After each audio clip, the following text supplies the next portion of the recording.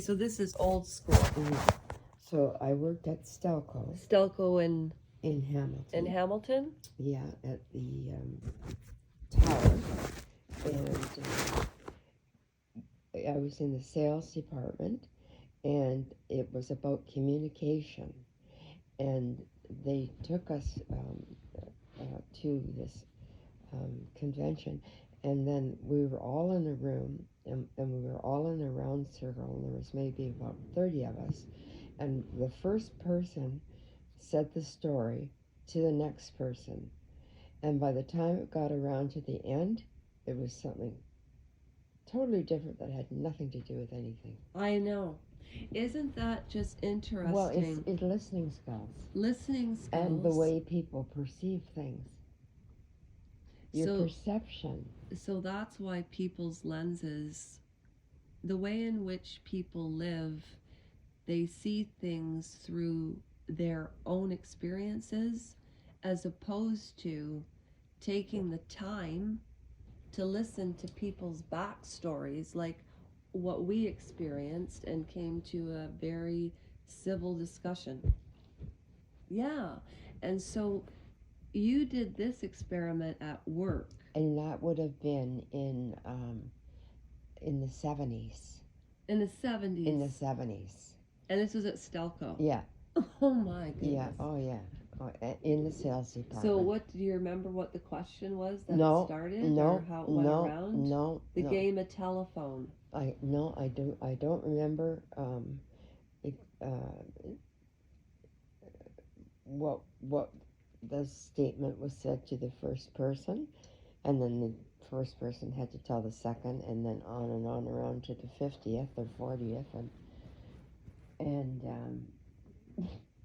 that's what it was, just totally not congruent. It didn't concur. It didn't concur. It didn't concur. You know, the first time I heard that word, concur, I didn't know what it meant either. It means to agree. Where's Sophie's downstairs licking peanut butter out of her bone.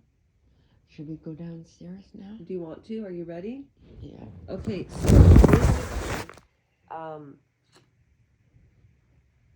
what I was going to share with you is, remember that movie that we watched, Mom Truth, with Kate Blanchett, Robert Redford, and Dennis Quaid, and Elizabeth Moss.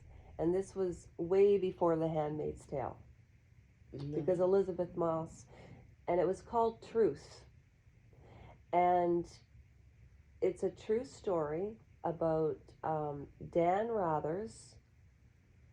Remember, he used to say, yes, courage. And at the beginning of the movie, Kate Blanchett is playing Mary Marples, and they work at 60 Minutes together. And at the end of Dan Rather's news show, he would say, courage. And Kate Blanchett, in her character as this journalist, Mary Marples, they were sitting at a table, they meaning Dan Rathers and Mary Marples. They were doing a story about George Bush on 60 Minutes and the corruption. And it was Dennis Quaid's character, who was a Vietnam veteran, an absolute military exemplary, and he had certain medals and so on. Very proud American, and so was Mary Marples. And they weren't, I don't think they were Democrats. I think because journalists have to be non-biased. And what happened with 60 Minutes, and this would have been, 20 years ago maybe? Maybe longer. I don't know. Is the Dan Rathers got fired. Mary Marples got fired because the 60-minute episode was about George Bush and weapons of mass destruction. Or no, this was before Bush even Bush Jr. was president. And Dan Rather said, and Dennis Quaid's character, they all said they were watching their piece that they did on 60 Minutes, and they all got fired for it because obviously the powerful powers that be got rid of them. Yeah. Just what YouTube does. Yeah, I gotta pee. Okay, and then Dan Rather said to Mary Marples, because she got so despondent about true journalism, you know, typical authors like Andrew Lowney or Tom Bauer that do really well researched books about the royal family. Yeah. But my whole point is, if I could just get it out, is that they said one day the journalists are going to find the story. Then you'll have somebody talking about the story that the journalists spoke about, and then you're going to have somebody talk about the other piece, and that's actually what academia is. Yeah. But nowadays it seems to be disinformation, like what you were saying from the 70s at Stelco. And so that's why I think it's so important for people to be absolutely aware that we all come from different life experience and filters. And talking about miscommunication is the disinformation on YouTube, because people don't communicate properly. Yeah. They see a comment or a video And they take it the wrong way. or maybe they just don't like you. But what I don't understand about not liking somebody, how can you not like somebody if you don't know them? It's not about disliking somebody or not liking them. It's usually about their ethical and moral behavior. But that doesn't mean that my standards are right or wrong or yours are right or wrong. It just means difference. I just don't understand why people can't agree to disagree.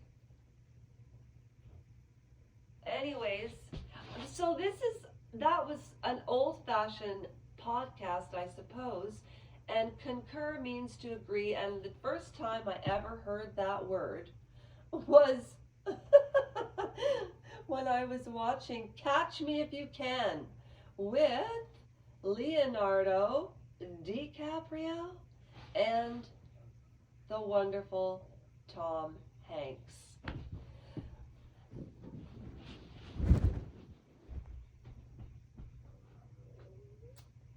Have a great day, everybody, and take care of yourselves, and I'll do the same, and I'll see you on Saturday for the Andrew Tate trivia.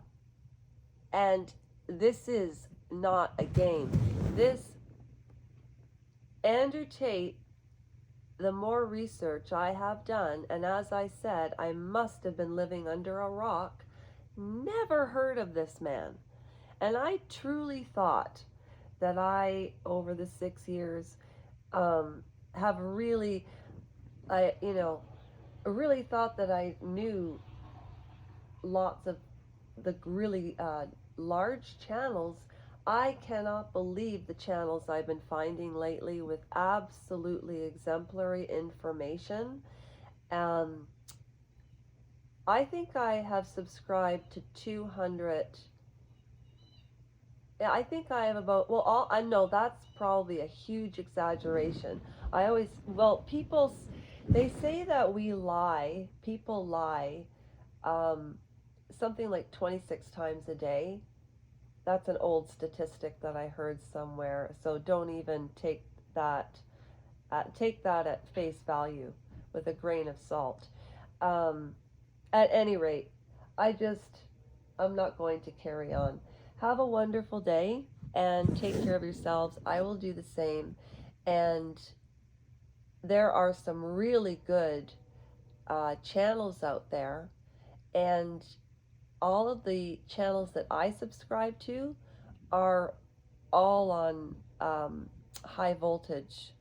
So thank you so much. And for all of the people that joined recently, thank you.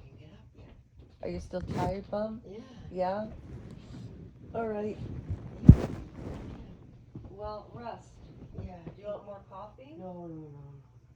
Do you want more French toast? No. Hey, that French It was toast, really that was good. Yeah, it was very good. And it was the bagels. I know. And what I did was I really soaked the bread Mhm. in that egg Mhm. milk. Mhm. And you know what would be really good to add next time?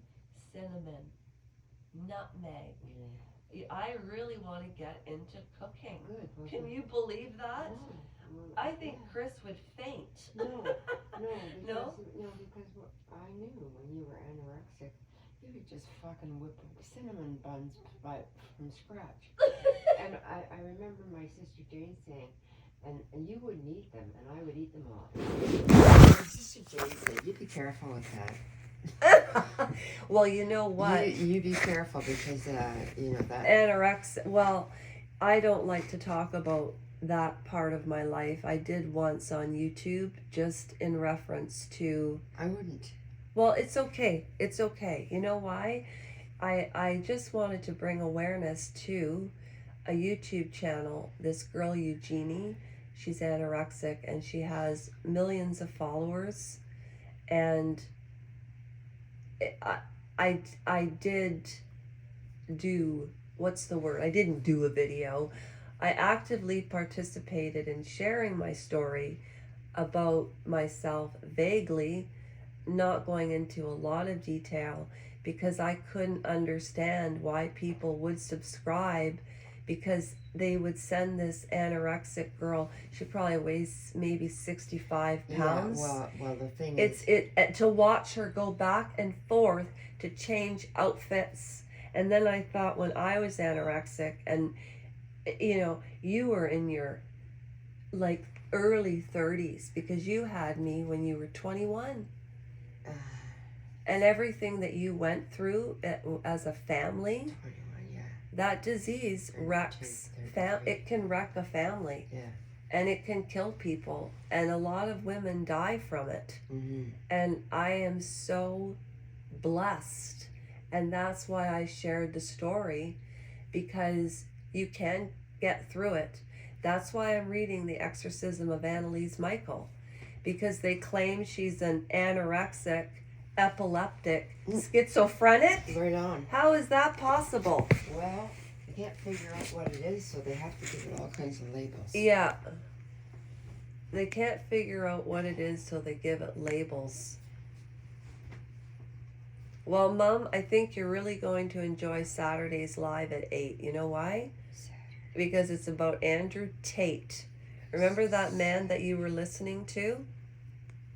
About, with Pierce Morgan, and he was talking about how he had the authority over his, quote, woman.